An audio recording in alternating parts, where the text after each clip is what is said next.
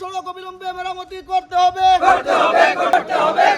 বিভাগ হায় হায়, আলগাপুরের বিধায়ক হায় হায়।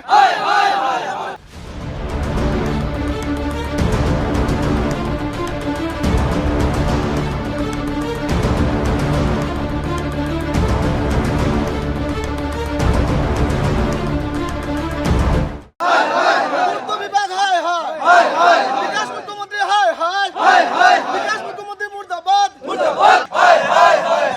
সড়ক অবিলম্বে নির্মাণ করতে হবে। সড়ক অবিলম্বে নির্মাণ করতে হবে। সরকার হায় হায়, মন্ত্রী হায় হায়, আলগাপুরের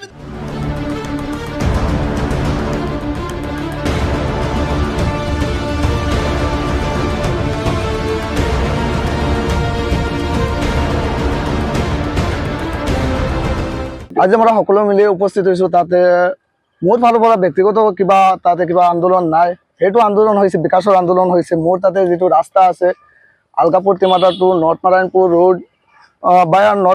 ৰোড বায়া এই কালিনগৰ যিটো ৰাস্তা আছে, এইটো ৰাস্তাৰ অৱস্থাটো একদম সংকীৰ্ণ হৈ গৈছে। আপুনি যদি চাই এই ৰাস্তাটো এনে অৱস্থা হৈছে, তাতে খোজকাঢ়ি যাব নোৱাৰা অৱস্থা হৈছে। তাতে মোৰ ৰাতিপুৱালে কিবা ষ্টুডেণ্ট যাব পৰা নাই অৱস্থা হয়, কিবা গাড়ী চলাব লাগে দিগদাৰ হয়, বহুত কষ্ট হৈ থাকে। তাতে বহুত বাৰ এক্সিডেণ্ট হৈ আছে। কিন্তু মোৰ ফালৰ পৰা এটা দাবী, যেতিয়া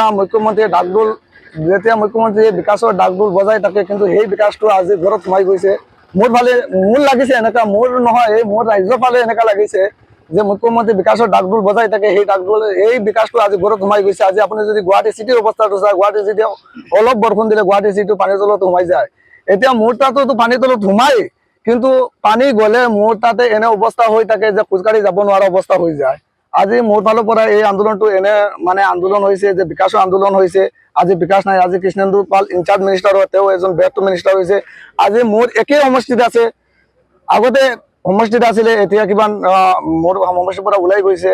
এই মোৰ কৌশিক ৰায় মহাশয়, তেওঁ আজি মই কওঁ যে মোৰ ৰাইজৰ পৰা কওঁ যে তেওঁ এজন ব্যৰ্থ মিনিষ্টাৰ হৈছে। আজি মুখ্যমন্ত্রী ইনচার্জ মিনিস্টার কিবা মিনিস্টার বহুত মিনিস্টার দিছে, কিন্তু সকলো পালে ব্যর্থ হয়েছে। আজকে আলগাপুর সমষ্টির আলগাপুর তিমাতা হইতে নর্থ নারায়ণপুর হয়ে কালীনগর বাইপাস পর্যন্ত রাস্তার অবস্থা অত্যন্ত শোচনীয় প্রায় 10 বছর থেকে। কিন্তু দেখা গেছে এই 10 বছরের ভিতরে এই রাস্তায় হাজার হাজার ছাত্রছাত্রী, রোগী, যাতায়াতকারী অত্যন্ত শোচনীয় রাস্তার উপর দিয়ে যাতায়াত করতেছে। কিন্তু একাংশ আলগাপুরের সমষ্টির বিধায়কের কোনো ধরনের কোনো বা পূর্ত বিভাগের কোনো খামখেয়ালির কারণে আজকে রাস্তার অবস্থা এই অবস্থায় পড়ে রয়েছে। আপনারা দেখতে পাচ্ছেন যে আজকে প্রায় 10 বছর থেকে কোনো ধরনের কোনো একটি পাথরও এই রাস্তায় ফেলা হয় নাই। আজকে আমরা অসম জাতীয়তাবাদী যুব ছাত্র পরিষদ বা ইউনাইটেড আসাম পিপুলস ফ্রম বা বিভিন্ন দল সংগঠনে বা স্থানীয় মানুষে আমরা এই ঐক্যবদ্ধভাবে প্রতিবাদ সাব্যস্ত করেছি।